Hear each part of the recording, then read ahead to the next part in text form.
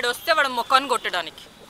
అంటే ఒక విషయము వస్తే మొక్కన కొట్టడానికి అంటున్నారు కదా, ఇప్పుడు రిమాండ్ కి తరలిస్తూ ఉంటారు కదా తనని, ఇప్పుడు కుదరదు కదా, మరి ఇక్కడ నుంచి తీసుకెళ్లేటప్పుడే చేస్తాను. ఒక విషయం అండి, ఒక విషయము మరి తనకి ఎప్పుడైతే వ్యతిరేకంగా మారారో మీరు, మరి ఆ తర్వాత ఇప్పుడు హిందువే కదా మీరు, అవును వ్యతిరేకంగా ఉన్నారు కదా, ఇప్పుడు హిందువుగా ఉన్నప్పుడు మరి బొట్టు ఎందుకు పెట్టుకోవట్లేదు, ఇంకా బురకలో ఎందుకు తిరుగుతున్నారు? నేను చెప్తాను దానికి. ఇప్పుడు ఆమె ఆల్రెడీ మా ఇంటికి వచ్చినప్పుడు బొట్టు కాటుక మేము అడిగితే కూడా నేను పెట్టిన, శుక్రవారం కదా మన ఆడపిల్లలకు ఇస్తాం కదా, ఇచ్చాం.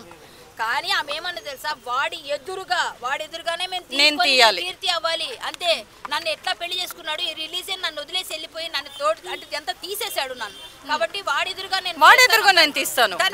వాళ్ళకి చాలా ఇంపార్టెంట్ కదా. ఒక విషయం 10 years అయింది కదా మీ మ్యారేజ్, కాబట్టి ఈ 10 years లో ఎప్పుడు కూడా తనకు తన మీద డౌట్ రాలేదా, ఫేక్ సర్టిఫికెట్స్ అని తెలియలేదా మీకు?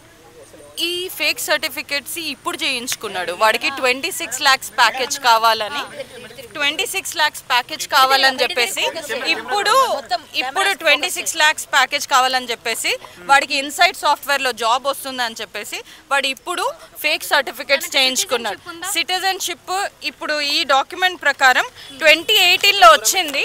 వాడి ఆక్యుపేషన్ ఇందులో స్టూడెంట్ అని ఉందండి.